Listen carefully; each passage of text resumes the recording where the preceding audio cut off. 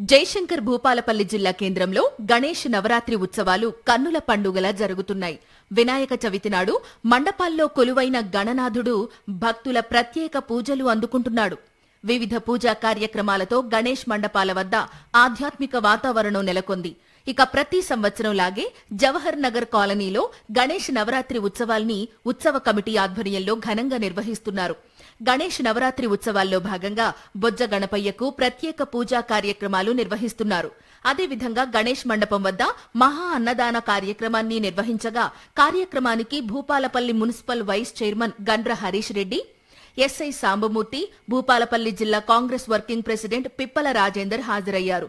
అన్నదాన కార్యక్రమంలో భాగంగా భక్తులకు వారు స్వయంగా వడ్డించారు.